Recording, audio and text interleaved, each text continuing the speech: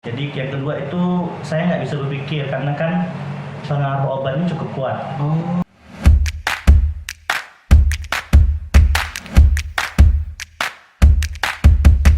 Sebelum melanjutkan video ini, dukung channel kami dengan mengklik tombol subscribe agar selalu memberikan video-video yang bermanfaat. Terima kasih. Oke.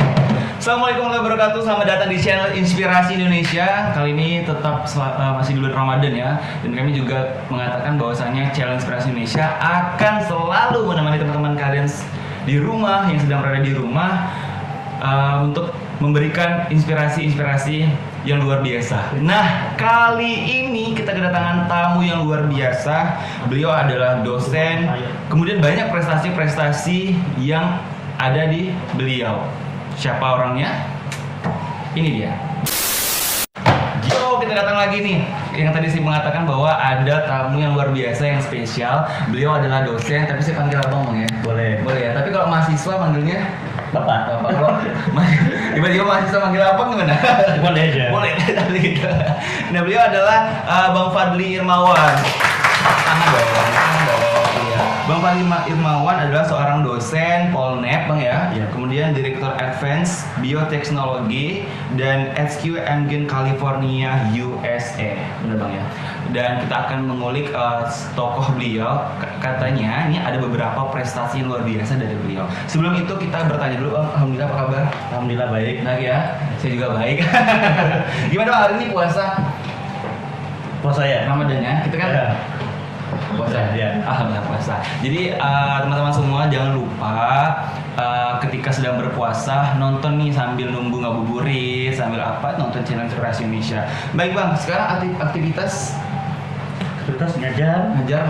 kemudian ngurusin startup, kemudian sosial. Sosial ya. Sekarang kan dosen Bang ya ngajar, apalagi di fase seperti ini. Berarti online tetap ya. Online tetap. Mm-mm. Tetap online, tetap absen, tetap penugasan, tetap ujian, dan tetap semuanya jalan. Gimana Bang? Dampak besar ya dari fase ini ya, kita kan mesti online terus-terusan. Apakah menurut Abang itu efektif? Dampaknya ada positif negatif. Iya, benar. Nah, dampak positifnya ya kita jadi melek digital. Oh. Dampak negatifnya kita kurang berinteraksi secara langsung aja. Sehingga kita harus mengantisipasi semuanya dengan secara online. Bang, kalau boleh tahu background latar belakang Abang pendidikan SMA-nya? Oh ya. Dari SMA ya? Iya. Dari SMA. Boleh dari SD. Boleh Bang, dari SD. SD 24 Entan. SMP 3 Pontianak. Iya. SMA seberangnya SMA 1 Pontianak. Oh, dekat Bang ya. S1-nya itu saya ngambil di biologi. MIPA Untar. Cuman sempat juga S1-nya sastra Jepang di Hokkaido. Hokkaido Jepang. Kemudian S2-nya saya ngambil bioteknologi, sama bidang keahliannya genetika dan bioteknologi molekuler di IPB. S1 apa ngambil biologi. Waktu itu Abang terasa tertarik menyukai biologi itu pada saat kapan? Pada saat SMA. SMA, karena SMA jurusan IPA. SMA IPA. Karena rasa biologi itu menarik dan tidak pernah dapat nilai rendah aja saya. Iya. Udah kayak merasa ya, oh ini unggulan nih. Oh, enggak lah, Unggulan kan. Sehingga cobalah di S1 Untan ngambil biologi. Karena sebenarnya tadinya mau ngambil kedokteran kan. Oh gitu. Jadi arahnya lebih ke kedokteran bukan ke biologi. Biologi. Itu arahnya. Udah daftar di kedokteran. Udah daftar, udah lulus, cuman ternyata ke kemampuan yang lainnya ini. Iya, nah kita tahu ya kedokteran itu luar biasa. Oke, Bang, tadi Abang udah menjalankan S1 ya di itu, Abang katanya sempat di Hokkaido. Sempat. D1. D1. Itu gimana ceritanya, Bang? Kok Abang berarti S1-nya gimana? Jadi dulu 2005, ya. saya panjang sebenarnya. Enggak apa-apa. 2005 saya masuk S1 biologi. Iya. Karena sebenarnya saya udah lulus di 2 tempat. Satunya itu di biologi ITB, satunya lagi itu kedokteran. Dan dua-duanya itu nggak bisa saya masuki karena masalah biaya tadi. Iya, nah. Jadi akhirnya di setelah diskusi panjang dengan orang tua, fokuslah kita ambil aja PMDK waktu itu ya. Iya, PMDK di Untar. Nah, saya masih salah jurusan di biologi itu. Saya nggak puas. Iya, benar. Akhirnya selama 2005 sampai 2006 itu saya cari lagi jurusan lain. Saya pengen di tempat lain. Nah, akhirnya dapatlah di Sastra Jepang itu. Dan kali ini dibayarkan. Akhirnya kita pergi karena saya pakai JESO. Jadi programnya program JESO. Kita harus ambil program di luar dari yang kita dapatkan sekarang. Karena saya tahu di biologi, saya ngambilnya yang nggak IPS harus sastra gitu. Bahasa. Jadi saya ngambil sastra. Kata Sastra Jepang. Pengennya di Tokyo nggak dapet, nggak lolos. Akhirnya desainnya di Hokkaido. Itu kurang lebih 8 bulan sampai 1 tahun. 8 bulan. Kemudian selesai dapat gelar sensei bahasa Jepang, kemudian balik lagi. Nah, setelah itu saya berintrospeksi lah. Tapi saya masih belum mau kuliah. Akhirnya saya ikut program pertukaran pemuda Indonesia Kanada. Pergi ke Kanada. Jadi ujung-ujungnya 1 tahun lebih itu hampir 2 tahun tuh nggak ada kuliah saya. Cuti. Tapi belajar Bang ya, berkelana karena ngerasa nggak puas. Karena kan masih tamat SMA kan nyari jadi diri kan. Iya, benar. Tapi Bang cukup berani Bang ya, maksudnya seorang tamatan SMA udah langsung menentukan harus ke Jepang gitu. Waktu itu bagaimana? Apakah emang orang tua Abang mendukung anaknya harus berangkat ke Jepang dan sama Kanada? Orang tua saya sih selalu mendukung dari awal apapun yang dikerjakan. Karena kan sejak SMA kan juga saya masuk tim debat, tim olimpiade. Jadi kalau orang lain masuk ke kelas, saya masuk ke perpustakaan kalau tiap sekali sekolah itu. Jadi kami tim debat dan tim olimpiade itu nggak pernah masuk kelas kecuali ujian. Gitu. Spesial Bang ya? Karena kami mempelajarinya buku-buku yang udah di tingkat universitas. Jadi ketika SMA kita udah belajar buku-buku di universitas. Jadi ketika orang lain di kampus masih belajar Campbell, itu udah kita pelajari di SMA-nya gitu. Seperti itu. Bang boleh dong sapa teman-teman Inspirasi Indonesia menggunakan bahasa Jepang. Oke, coba. Ini apa nih? Mungkin selamat berpuasa dan tetap di rumah jaga kesehatan seperti itu. Saya udah lama nggak pakai di 2006 saya. Sudah. Konnichiwa minasan, ohayo gozaimasu. Watashi namanya Fadori desu. Dozo yoroshiku ne. Masya Allah. Itu Abang berapa lama bisa? Tapi awalnya Abang memang belum tertarik, apa sudah tertarik dengan bahasa sastra Jepang? Saya nggak tertarik dengan Jepang. Nggak tertarik saya. Tapi negaranya pun saya nggak tertarik karena waktu SMA itu saya tertariknya tuh kayak misalnya lebih tertarik pada daerah barat sebenarnya. Eropa ya.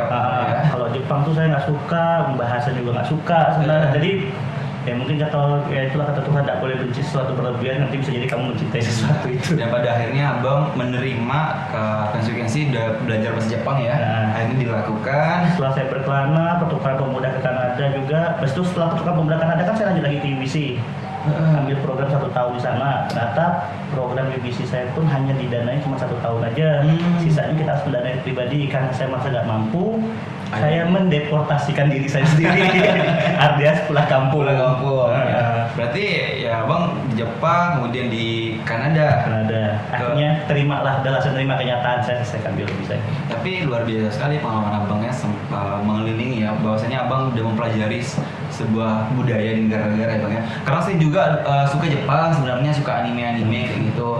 Tapi tidak tertarik dengan bahasanya. Nah, saya pengen tahu nih Bang, awal itu Abang bisa sampai harus bisa belajar bahasa Jepang itu berapa lama sih sampai Abang akhirnya bisa? Jadi sebenarnya saya tuh ketika 2005 itu kan saya awal itu saya termotivasi ke luar negeri. Itu karena ada dosen yang namanya Bu Haria, dosen kimia di MIPA. Halo Bu Haria. Bu Haria kalau dengar. Iya. Jadi dia motivasi saya untuk saya harus punya mimpi yang lebih besar. Gitu. So Abang memicu saya untuk sini karena ya kekecewaan saya kan yang tadinya lolos ketika SMA saya belajar susah gitu ya, maksudnya sampai malam nggak tidur biar lolos ke ITB, ujung-ujung setelah lolos orang lain menginginkan malah saya nggak daftar kan, itu kecewaan saya sih segitu, sehingga kecewa pribadi saya.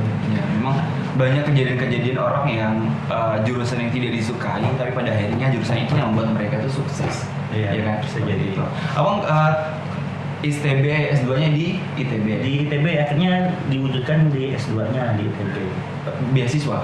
beasiswa full waktu itu. full. Jadi awalnya ngambil beasiswa unggulan, ajukannya beasiswa unggulan, ditolak sama beasiswa unggulan, dikarenakan karena usia saya itu nggak salah lebih tua 21 hari dibandingkan dengan deadline-nya si beasiswa itu. Dan saya ngajukan LPDP dan akhirnya lolos dari itu. Itu berapa lama kemarin studi S2? Studi S2-nya itu 2 tahun di ITB, sekitar 1 tahun lebih buat di UK-nya. Oke. Bang, ke profil abang kan, abang pernah masih sekarang ya diambil salah satu perusahaan terbesar di Amerika ya. Itu mengindustri yang bergerak di bidang farmasi. Itu bagaimana ceritanya Bang sampai pada akhirnya abang bisa keterima di situ? Jadi tamat sekolah itu saya nggak langsung balik ke Pontianak. Jadi saya stay dulu di Bandung. Kemudian saya keterima kerja. Saya pertama kali ingat kerjaan saya itu awalnya itu dari kartu kredit. Bang. Oke. Jadi ini kan jauh ya. Iya. Saya di perbankan di kartu kredit, ngurusin kartu kredit sebagai analiser. Jadi saya menganalisis setiap apply yang masuk, kemudian kita setuju atau enggak untuk kita berikan kartu kredit dan seterusnya. Nah, setelah itu ditarik lah ke suatu perusahaan investasi. Nah itu dia perusahaannya itu di Singapura. Nah, kemudian karena cukup baik, insya Allah cukup baik, akhirnya sama dia ditarik dan saya izin dari banknya, bank juga mengizinkan. Jadi akhirnya saya pindah ke perusahaan lain, memutuskan perusahaan itu ke multinational company itu. Akhirnya saya cepat 2 tahun untuk stay di Singapura. Nah, setelah dari situ baru banyak kenal dapat investor yang uang itu nggak ada serinya kan. Iya. Digitin nggak ada itu ya. Dia bikin nyetak sendiri gitu dia kata saya ya. Nah, akhirnya didiskusi. Ternyata baru mereka tahu ternyata basic saya bukanlah di finance. Basic saya bukan di perbankan. Iya, harusnya seperti itu Bang kan. Lalu dia ngobrol-ngobrol. Nah, akhirnya diskusi, saya diundang untuk mendatangi suatu lab bioteknologinya. Datang saya sana, lihat, tanyain berbagai macam hal, dan saya bisa. Dan kemudian dia uji. Coba buatkan saya satu aja bakteri sintetik, yang kemudian bakteri itu bisa ini. Nah, karena waktu tesis saya juga ada termasuk bikin hak paten tentang saya bikin ice coli. Ice coli itu bakteri sintetik yang kita bikin bisa untuk mengubah air dan udara di sekitar itu jadi es. Jadi bakterinya itu seperti dia waterlock system. Jadi dia bisa menurunkan suhu, menaikkan pH tanah dan seterusnya, dan kalau digunakan macam-macam. Tapi itu bakteri baik Bang. Bakteri baik. Bakteri baik. Kira bakteri jahat semua. Bakteri baik. Jadi bakteri itu yang buat apa tadi bisa udara sama air? Udara dan air jadi es. Makanya namanya ice coli. Jadi udah kayak mutan kan ya? Iya benar. Tapi ini kecil ya bakteri. Kecil. Ya. Kemudian sama si perusahaan itu sama orang itu, investor itu saya minta untuk bikin proposal, dan akhirnya saya diajukan buat bisa bekerja di tempat dia. Nah, makanya cuma 2 tahun lah. Cuma setelah saya pikir-pikir, kenapa nggak saya bikin sendiri? Akhirnya saya coba pikir, karena sempat sakit juga kemarin, balik saya ke Pontianak dan saya coba bikin startupnya itu sebagai distributor. Distributor produk dia. Jadi saya cuma hanya ini. Ternyata distributornya cukup ini, saya coba saya seriuskan untuk bikin startup. Baru tahun 2019 kemarin baru bisa approve dari agen Amerikanya untuk bisa menyetujui saya sebagai perpanjangan tangan dia di Indonesia, bahkan di Asia. Sampai saat ini lah masih ya. Tadi abang menyinggung sakit Bang ya, itu di Singapura. Bukan, di Bandung. Di Bandung. Ketika lagi S2. Itu gimana ceritanya? Sakit apa kemarin Bang? Saya sempat kena kayak kelenjar kerja di kanker kelenjar. Jadi limfoid. Jadi limfomanya ini jadi gara-gara terpapar dengan bahan-bahan kimia di laboratorium. Sebenarnya karena ya salah pribadi, karena kita nggak pakai protokol. Karena kan gini, saya udah keseringan pakai PCR dan elektroforesis. Biasanya kan kita kan PCR itu kan pakai latex, pakai sarung tangan karet. Harusnya ya. Nah, udah keseringan coba-coba, udah hampir ratusan kali mungkin ya mencoba ya. Elvo, PCR, reaksi PCR terus, real time PCR. Akhirnya kadang-kadang kita udah pengen cepat gitu kan. Bahkan sampai malam biasanya, udah sampai jam 10 malam kita di lab. Kadang-kadang nginap, saya udah berapa kali nginap juga di lab kan. Nah akhirnya kita udah nggak pakai protokol yang benar lagi sayanya. Jadi kadang-kadang pakainya megang si gel elektroforesis itu udah pakai tangan bare hand aja, pakai tangan telanjang gini kan, nggak pakai latexnya. Tapi abang sekarang udah tahu tuh bahwa itu bahaya. Tahu itu bahaya. Cuman ya itu dia masalahnya, karena kita pengen cepat, ini diburu waktu dan seterusnya. Akhirnya mungkin gara-gara itu juga. Karena kan biasanya buat L4 setelah X4 itu kita harus diiluminasi kan. Kemudian biar si band DNA itu bisa kelihatan, fingerprint DNA kelihatan. Di ruangan kecil, gelap, tertutup. Nah, jadi kalau saat cairan itu muap, evaporate dia, ya ruangan itu lah. Sampai gimana bang sakitnya? Udah parah sekali kah waktu itu? Enggak, saya stadium 1. Stadium 1. Nah, saya stadium 1, jadi stadium awal. Jadi masih awal. Jadi cuma pengobatan 4-6 kali kemoterapi. Setelah itu alhamdulillah sampai sekarang saya. Ya, gimana kemarin perjuangan abang untuk sembuh? Apa sih sebenarnya sebelumnya yang buat kayak sakit nih? Keganggu nggak sih dengan studi abang waktu itu hingga abang memutuskan aku harus berjuang nih untuk sembuh seperti itu? Ganggu karena kita mental break ya. Iya. Kita down Ya. Jadi yang kedua itu saya nggak bisa berpikir karena kan pengaruh obatnya cukup kuat. Rambut rontok, alis rontok. Sempat rontok. Kalau kita udah kena kemoterapi 3 atau 4 itu udah kita rontok. Udah ke-6 berarti orang tumbuh lagi nih, mulai manjangin rambut lagi. Apalagi sekarang udah nggak, covid ini nggak pernah potong lagi. Semua rontok, kemudian gigi juga rontok kadang-kadang. Ada beberapa gigi yang tanggal juga saya. Kemudian tapi ya kita semangat kalau ya karena teman-teman sih yang saya alhamdulillah ada dukungan keluarga, teman-teman yang akhirnya bisa, dan saya kan tujuan tadi nggak akan mau pulang kalau sebelum saya sukses dan sembuh gitu kan. Akhirnya ibu saya ke Bandung, jenguk juga, alhamdulillah bisa lancar. Masya Allah. Berarti benar-benar bang ya, ketika itu berarti ada rasa terpuruk pastinya ya? Bahkan kalau mau saya masih tesis ada 2, satu di ITB, satunya di master research-nya di pas buka laptop itu kita nggak bisa berpikir, bukanya kita kelayangan. Jadi sedangkan untuk ngerjain tesis ya buka laptop kan, benar-benar keganggu bang ya. Jadi pada saat itu tesisnya gimana? Jadi saya karena nggak bisa postpone, nggak bisa cuti juga. Kalaupun cuti kan tetap kalau di ITB itu tetap dihitung masa kuliahnya. Jadi akhirnya saya minta keringanan untuk bisa. Tapi alhamdulillah disetujui. Dan saya dalam kondisi sakit dan saya tunjukkan segala bukti surat-surat rumah sakit. Jadi saya diberikan keringanan untuk sembuh dulu. Jadi pembimbing saya subhanallah baik banget. Jadi ya saya dibilang untuk sembuh dulu. Kalau udah sembuh nanti kasih perkembangan. Luar biasa sekali teman-teman, bahwa memang perjuangan seorang Bang Fadli Hermawan ya bukan perjuangan biasa. Hingga sakit bang ya, sempat sakit di Bandung dan tidak pulang bang ya, benar-benar berjuang survive sendiri ya. Gitu ya. Soalnya kalau saya pikir kalau saya pulang saya nggak dapatkan fasilitas kesehatan yang mungkin lebih baik dibandingkan di situ. Yang kedua ya ketika kalau saya pulang mungkin lebih parah lagi. Iya benar sih. Tapi kemarin memang abang sendirian ke waktu itu?